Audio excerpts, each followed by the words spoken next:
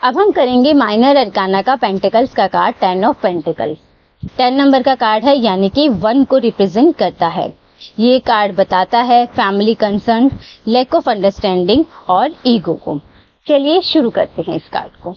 सबसे पहले आप देखेंगे इस कार्ड में ना 3 जनरेशन दिखाई गई है।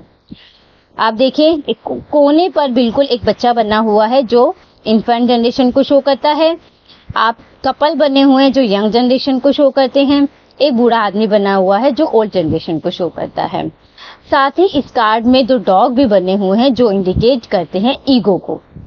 ये कार्ड बताता है कि ये जो पर्सन है, ये जो फैमिली मेंबर्स हैं, ये क्या कर रहे हैं, ये आपस में ही सोच रहे हैं कि वो पर्सन सही नहीं है।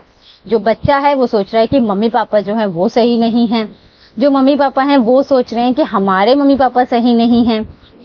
क्योंकि इनमें क्या हो रहा है, कम्युनिकेशन और अंडरस्टैंडिंग का जो है वो गैप हो रहा है। जनरेशन गैप बहुत ज्यादा है इसमें।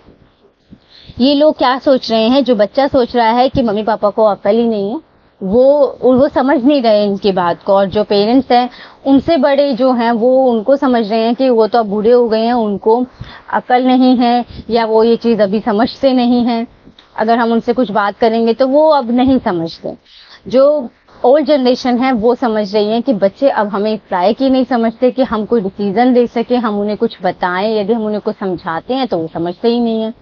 ये कार्ड बताता है कि इनके बीच में आपस में जनरेशन गैप बहुत ज्यादा है, जिसकी वजह से ये क्या हो रहा है, इनमें प्रॉब्लम क्रिएट हो रही है। ये आपस में ही सिर्फ एज्यूम कर रहे हैं कि फलाना पर्सन जो है वो इनके लिए सही नहीं है। यदि हम उनसे कुछ डिस्कस करेंगे तो वो हमें कोई सही सलाह नहीं देंगे। ये सोच रहे हैं कि हम जो हैं, अगर हम कोई डिसीजन लेते हैं, खुद से यदि हम डिसीजन ले रहे हैं तो वो ठीक है, अगर हम फैमिली में डिस्कस करेंगे तो वो ठीक नहीं होगा। क्योंकि इनमें आपस में ही बहुत ज्यादा ईगो भरी हुई है।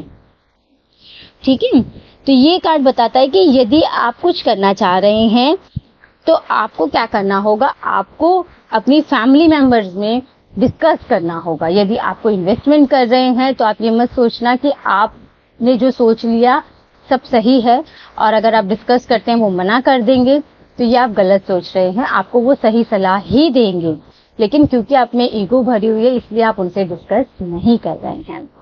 ये कार्ड ये भी बताता है कि हो सकता है, क्योंकि ये पेंटिकल्स का कार्ड है, पेंटिकल्स के कार्ड जो होते हैं वो फाइनेंस को रिप्रेजेंट करते हैं, तो हो सकता है आप मनी को लेकर, पैसे को लेकर घर में बहुत ज्यादा आपकी झगड़ा भी होगा, जिसकी वजह से हो सकता है कि दरार आ जाएगी आपकी फैमिली में, और हो सकता है आप अलग हो जाओ।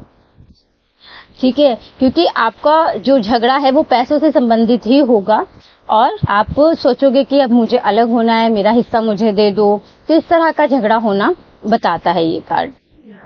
लव लाइफ की यदि हम बात करते हैं तो लव लाइफ भी आपकी बहुत अच्छी नहीं चल रही होगी, क्योंकि रिलेशनशिप में भी बहुत ज्यादा प्रॉब्लम आ रही होगी, और हो सकता है रिलेशनशिप भी आपका टूट जाए।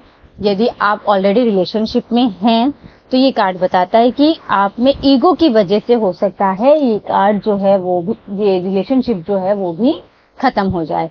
मैरिज लाइफ अगर अच्छी नहीं चल रही है तो ये वो भी बताता है कि आपकी मैरिज लाइफ भी जो होगी वो अच्छी नहीं होगी, हो सकता है वो भी खत्म हो जाए। आपका रिलेशनशिप जो है वो आपस में, क्योंकि आप एक दूसरे से बात करना पसंद नहीं कर रहे हैं, जिसकी वजह से आपका रिलेशनशिप भी जो है वो टूट जाएगा। तो अभी आप क्या करें, अभी आप वेट करें, कोई भी डिसीजन जो है वो आप अभी नहीं ले। ये समय सही नहीं है किसी भी तरह की इन्वेस्टमेंट करने का, किसी भी तरह का कोई भी डिसीजन लेने का।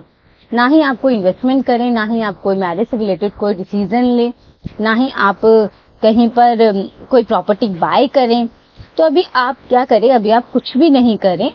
अगर आप कुछ करना चाह रहे हैं, कुछ इन्वेस्टमेंट करना चाह रहे हैं, तो सबसे पहले अपनी फैमिली में डिस्कस करें, उनसे सलाह मशवरा लें, फिर ही करें। अदरवाइज अभी सही समय नहीं है कुछ भी करने के लिए। No card for everything.